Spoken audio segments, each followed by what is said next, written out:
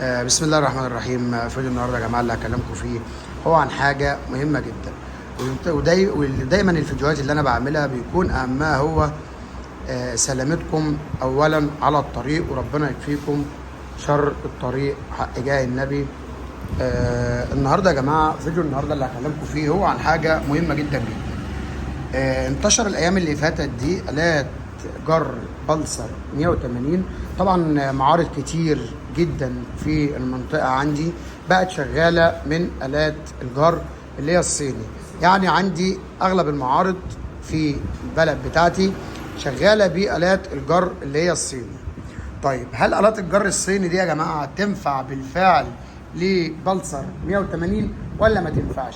وهل فعلا البلسر 180 الافضل ليها الصيني ولا الاصلي؟ ده فيديو النهارده اللي هتكلم فيه، ويا رب يا جماعه ان انتوا كلكم تسمعوا الفيديو ده بحيث ان احنا يعني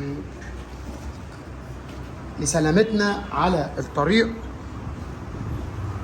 لازم للاهميه ان انت تسمع الفيديو ده للاخر وتمشي معايا وتسمع الكلام بالمنطق، وايه الاضرار اللي ممكن تضرني في الات الجر اللي هي انتشرت بشكل كبير في مصر باكملها، اللي هي الات الجر اللي هي تركب لبلسر 180.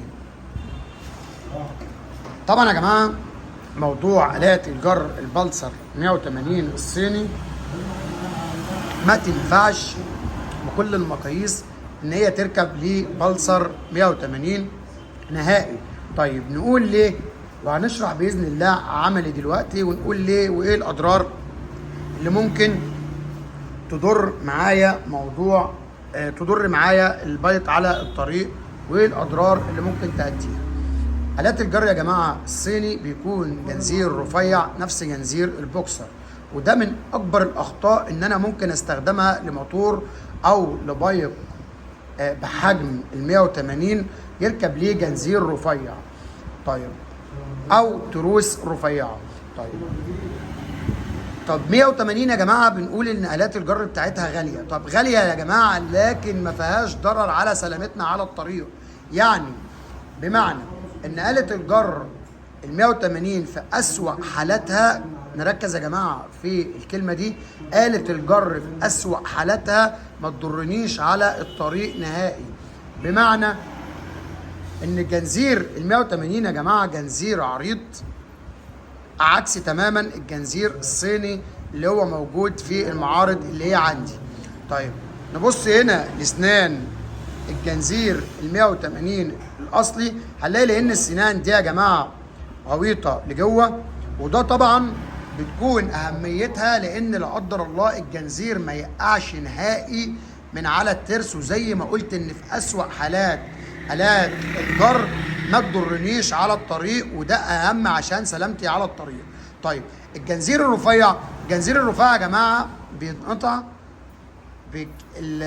الجنزير بيقع من على الترس او بينقطع، ده حاجه مفيش مبرر ان هي ممكن ما تحصلش معاك، زائد ان مكنه 180 حجمها كبير سحبها شديد، فما ينفعش معايا ان انا اغامر بآلة جر او بجنزير رفيع او بترس خلفي او امامي الرفيع، فبالتالي ممكن يقع معايا على الطريق.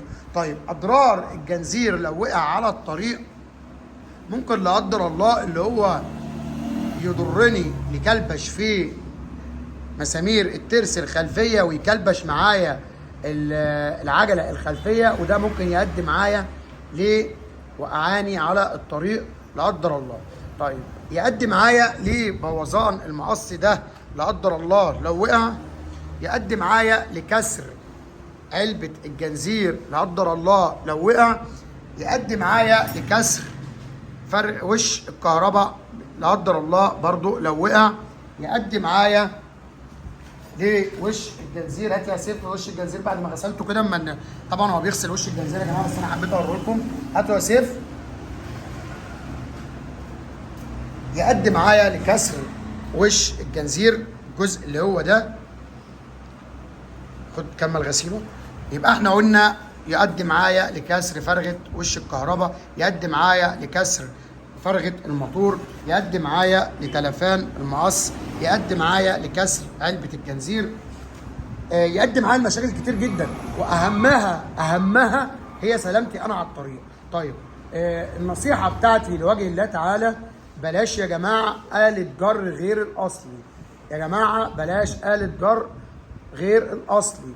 طبعا انا حبيت اعمل الفيديو ده ليكم لان بقول لكم اغلب المعارض عندي في منطقتي بقت تبيع آلات الجر الصيني، وبيقولوا لانها ارخص، لكن بالفعل يا جماعه سلامتنا ابدا مليون مره من الفلوس، وابدا من ارخص واغلى. طبعا احنا عارفين ان آلة الجر سعرها مبالغ فيها، ده حاجه احنا عارفينها، لكن يا جماعه سلامتي على الطريق ده اهم من مليون فلوس. وكده يا جماعه ده كان فيديو النهارده ليكم، وزي ما شفنا الجنزير عرضه والترس عرضه عكس زي نفس اللي قدام. طبعا في الصيني مفيش الكلام ده يا جماعه، جنزير رفيع.